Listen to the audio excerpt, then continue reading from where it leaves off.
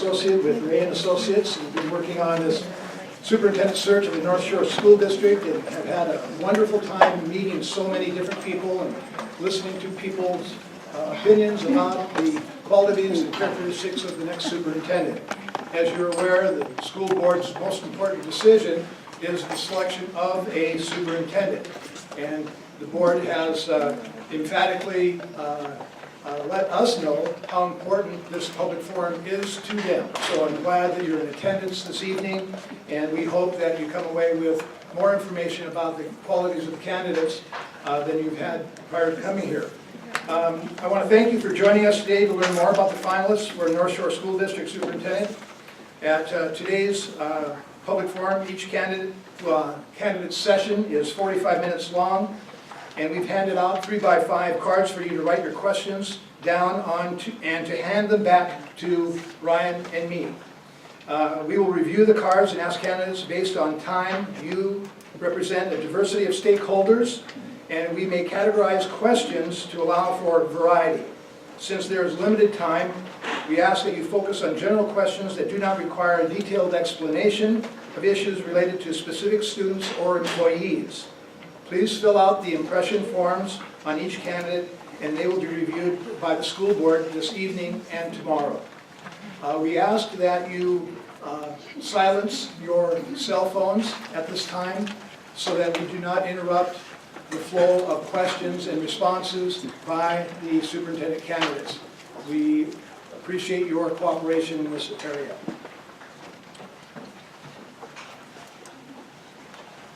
And each of these public forums this evening are 30 minutes in duration. Okay?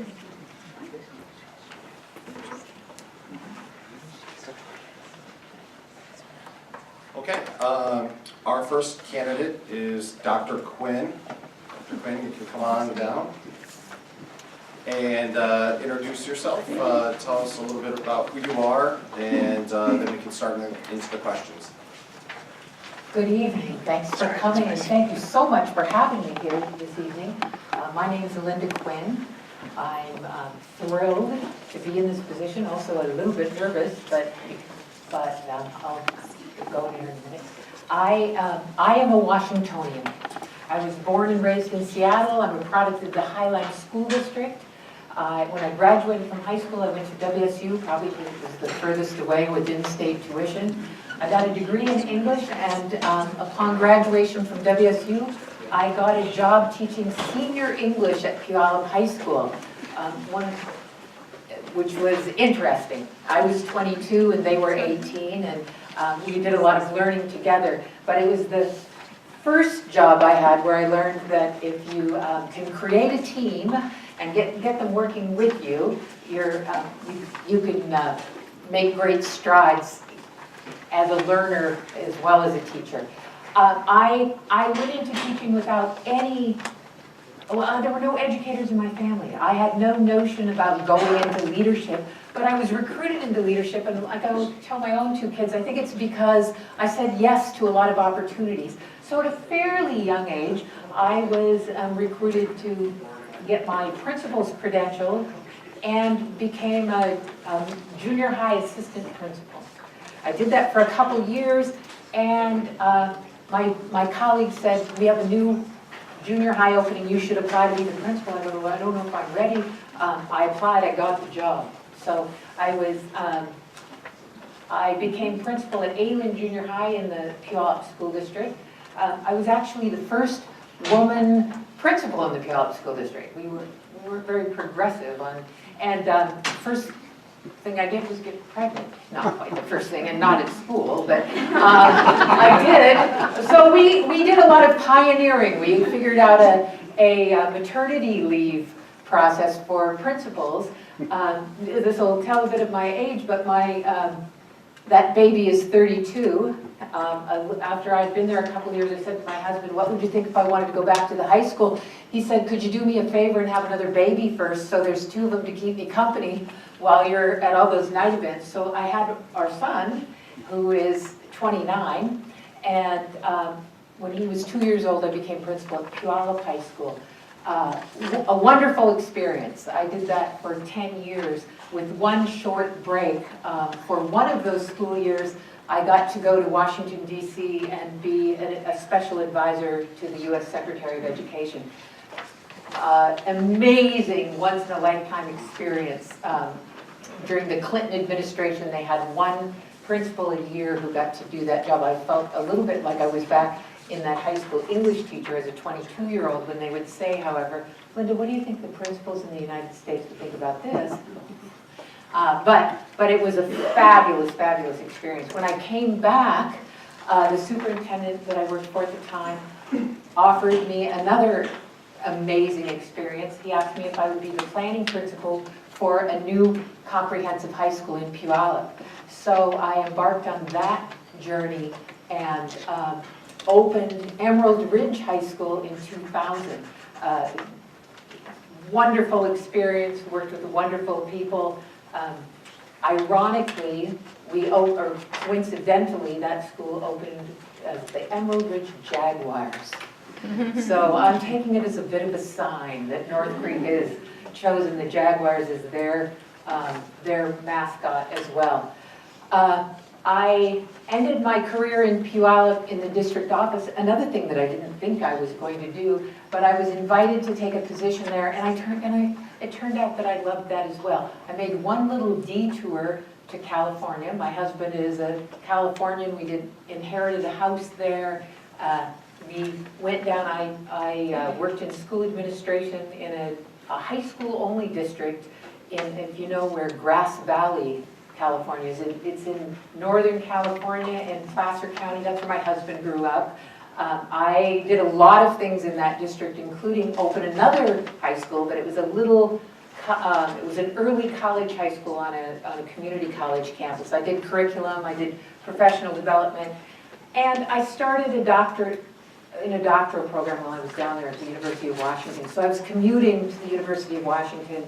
I really missed Washington. So we decided to move back, and I was looked for a job, and that's when I was hired by the Ferndale School District.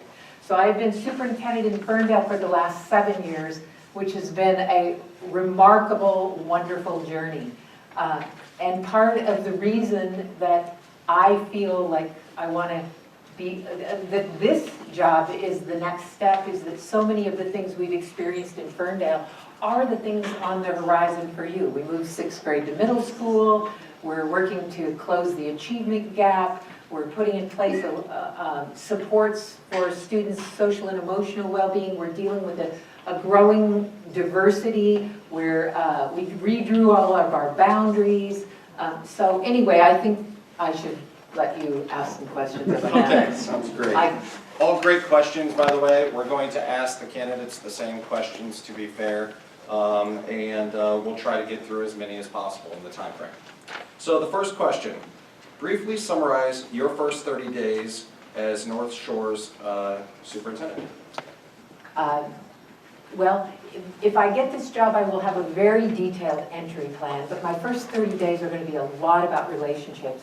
July, probably the relationship that I'll be able to concentrate on are less the teachers, because I think they mostly are not around in July, but I want to spend as much time as possible with the board, with the executive team, with the administrative team, but I also will be asking them which community groups I would be able to have access to. So it'll be a lot of relationship building, a lot of learning. I've already read as much as I could find about North Shore online, but reading and studying, but it will also be, I said to the board earlier today, North Shore's got a lot going on. They can't afford to have a superintendent who spends a whole year learning. So it's also going to be on managing, so that when we get to September, the schools are as ready as they can be for students, and that we have everything in place. So. Next question. What do you consider the most important elements of a successful community partnership? A successful community partnership, okay, I feel passionate about the fact that our schools need to be brilliant examples of democracy in action. That our schools belong to the public, and that the public needs to have a place in schools and a meaningful voice in schools. So I think the elements of a great school-community partnership have to involve ways for two-way dialogue and for input. One of the things that we've done in the district that I'm in now is form citizen advisory committees. We have task forces too, but the task forces do a task and then dissolve. But we have 7 community advisory committees that are ongoing groups that are focused on a particular topic or cluster of topics and make recommendations to me and or the school board. We have citizen advisory committees on multicultural issues and diversity and equity. We have a student one that's on student voice. We have one on communications, which is one of my favorite ones, but we're talking about how we continue to improve and change communications as the world of communications change. We have one on technology. We have one that we call our graduation advisory committee. It's one of our top goals is increasing our graduation rate. And so that's one way, but we also, I think there have to be as many ways to have input and relationships with community members as there are community groups. So I would anticipate that my first year here a lot of that time would be spent attending community groups, being in schools.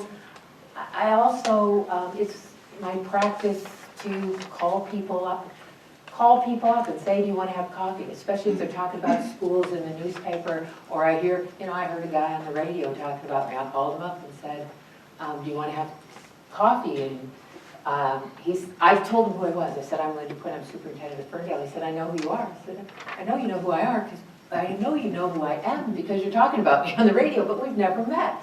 And he said, well, he said a lot of things. But anyway, we met and had a great conversation. And we didn't necessarily agree on everything after that. But he became a supporter in so much as he listened to what we were doing and it wasn't adversarial. So all kinds of ways to interact with the community. I guess the other essential element of a strong community partnership is that it needs to be mutually beneficial. Any kind of partnership, not just going out and asking, what can you do for us, but how do we work together with a common goal. Okay. As a leader, what are your priorities? Students, number 1. Equity, number 2. Excellence, tied with equity, but I think it's hard to be an excellent organization if you're not also worried about equity, and if you're not also making sure that it's excellent for everyone. Students first, but that doesn't mean that I also recognize that we can't have an excellent school district for students if we're not taking care of teachers and the people who need to care for students. And that the critical piece, one of the critical pieces in the whole organization is the principal's role. I always think of the principal as kind of as that center place in an hourglass where everything flows up and down through the principal. And I think it's very important to nurture and develop principals who are able to address the needs of kids. But students first. Great. How will you utilize the active parents in this district? How will parent voices be heard and incorporated in decision making? Well, I talked a little bit about advisory committees. I worked in a district once where the superintendent had regular lunch meetings with patrons who came in and no agenda kind of meetings where people could come in and talk about issues that were important. We're using a portal on our website called Let's Talk. It's not the end-all be-all, but people can go in 24/7 and leave a message on there, and the back end of the website puts it out to whoever, whichever of the executive administrators it should go to, and they get an answer right away. One of the things that we've started doing recently is publishing some of the responses if they aren't about individuals. But we've started putting out a monthly document that is, we call our responses to questions and concerns. We've decided if people come and make a public comment, especially at a school board, we owe a public response. Another thing that we've done is devote study session time every month to more of an open conversation between parents and community and the board. A whole lot of ways. I mean, I think it has to be the forums, the individual conferences, it has to be surveys, but I think if you're going to do surveys, you need to publish the responses, because sometimes I even think people say everybody thinks this, and I even think everybody thinks this, and then you look at a survey and it's half the people think this and half the people think that, and so it's important that we know that we look at all sides of everything. When we ask about what my priorities are and my values, I'm very comfortable with conflict. I mean, I think that's how you discover what is important. And so I would not want to squelch healthy conflict, but I also think that we have an obligation to be examples of civil discourse that our students aren't necessarily seeing in other forums these days. It's one of the reasons I so love working with an elected school board, is I think that it allows us at the school level, for us to teach kids and how we treat elected officials, because they're not getting great examples always on the network news programs. So I'm afraid I'm rambling a little bit. All right. What are your ideas for closing the achievement gap in North Shore? You know, the achievement gap is representative of lots of kinds of gaps. For the last 12 or 15 years, we've framed that problem as an achievement gap, and I think we have to get back into thinking about things like a nutrition gap, and an experience gap, and a background gap, and so I think the approach needs to be comprehensive. Some of the things that I have done in the past, or have worked in districts where we've done, right now we put a heavy emphasis on early learning. It's easier to close the gap at the beginning, and so we're doing programs all summer for we call Jumpstart for incoming kindergartners who haven't had preschool experience. So they are ready with school behaviors when they get there, and the gap doesn't get wider right away. We're concentrating on transitions. We know, some of the people I work with say kids don't drop out in high school. They drop out in middle school. They just leave in high school. So we're trying to concentrate on those middle grades with mentorships. We're doing a unique summer school this summer that gives kids an experience other than sitting in a classroom. We're calling it Summer Trek, using a service learning as a pedagogy. But also then at the high school level, I think, middle and high school level, at the AVID program, and I don't think AVID is here, but it stands for Advancement via Individual Determination. It's a great program that looks at kids in the second and third quartile, and especially ones that might not, by the demographics, be likely to go on to school, and supports those students. In Puyallup, we had on-time graduation coaches in our schools that, we have the software, we have the data now to target and know who's not likely to make it unless we intervene. And so the on-time graduation coaches helped with interventions. I think we need to work on differentiating instruction within classrooms. I think it has to be a very multifaceted, multi-pronged approach. Okay. What is the most difficult and challenging decision you have ever made, and how did you break down the problem and arrive at your decision? The most difficult and challenging decisions I've made, probably I can't talk about all here. The ones that keep me awake at night have to do with kids and teachers, and but a very difficult decision that we had to make within the last 5 years in Ferndale was about closing the schools. And it was very difficult and emotional, but with the financial crisis of the 2008-9s hit Ferndale hard. Not only the budget shortfall, but we were in a slightly declining enrollment period. We also had several sizable federal grants that ran out, and so we were having to figure out how to keep going without that revenue. And we, I think it's a good thing and a bad thing, but that district has put its money into people and not facilities. So we have aging facilities with lots of needs. So because of the slightly, slowly declining enrollment, we ended up with a couple of our middle schools were 7-8 configurations. And we had 2 of them, and the enrollment had gotten down. They were both around 400, which is really hard to maintain.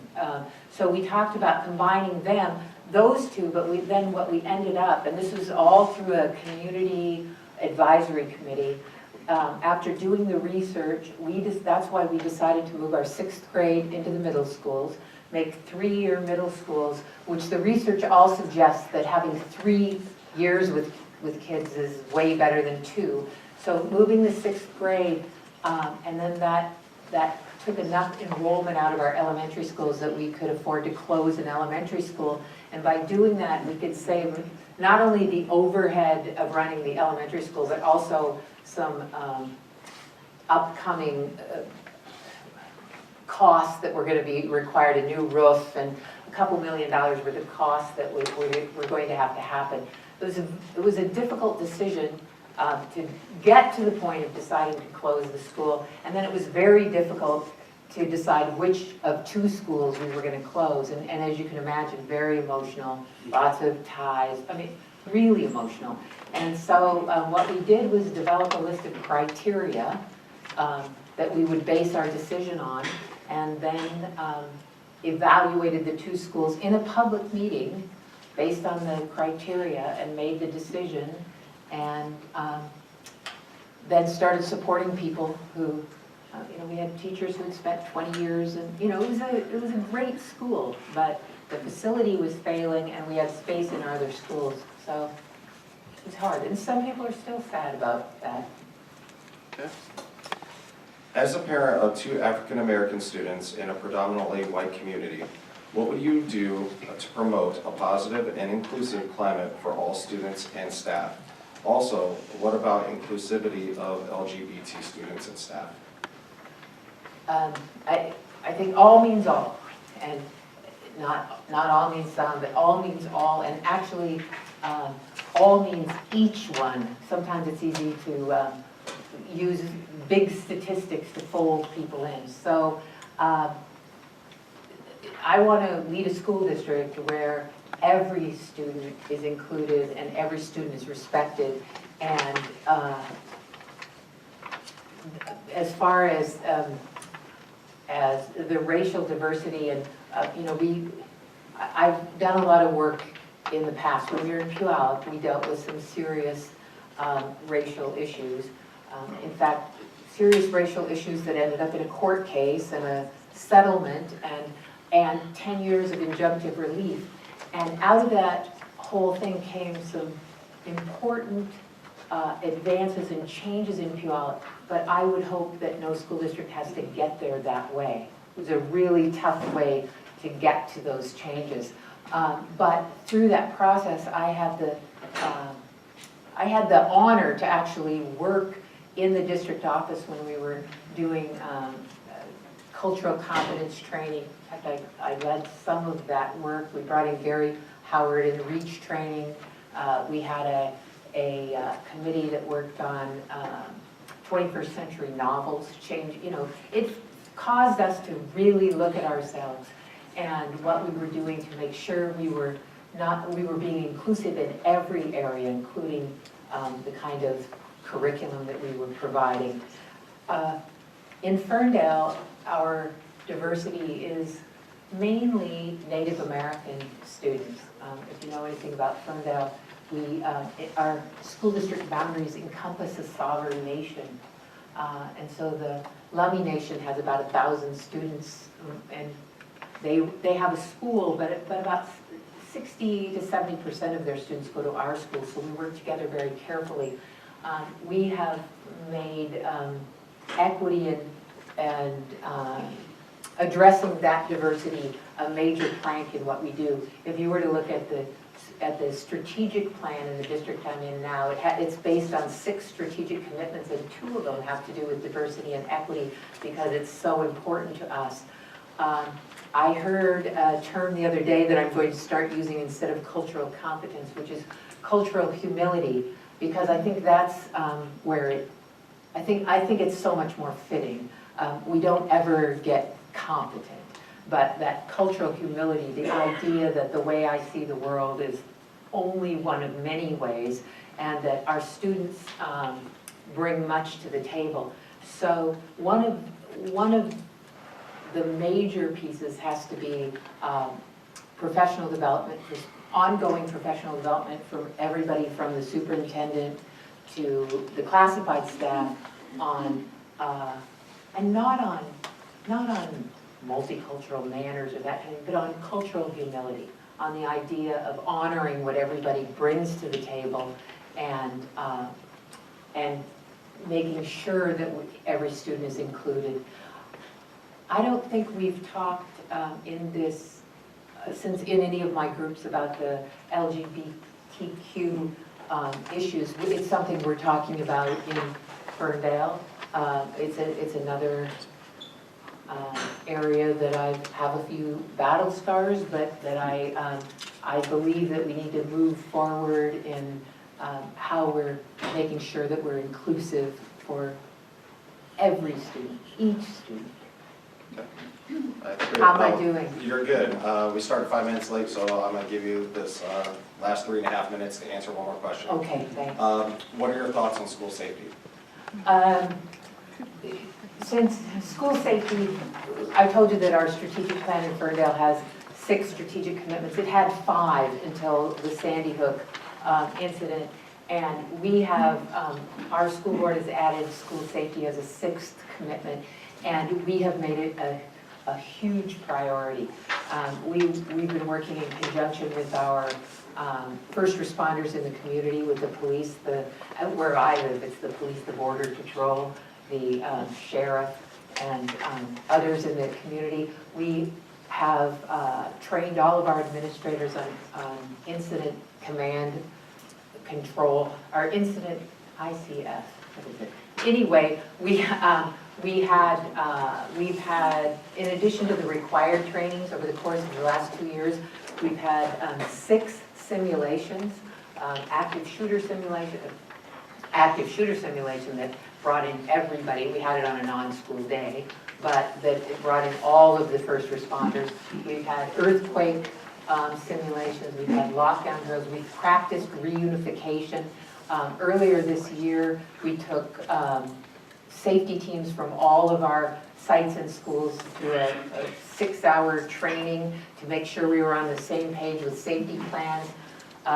We have installed on all of our phones an application called Endpoint SharePoint that allows us to talk and communicate in real time about, I get a notice on my phone anytime anybody in the school calls 911.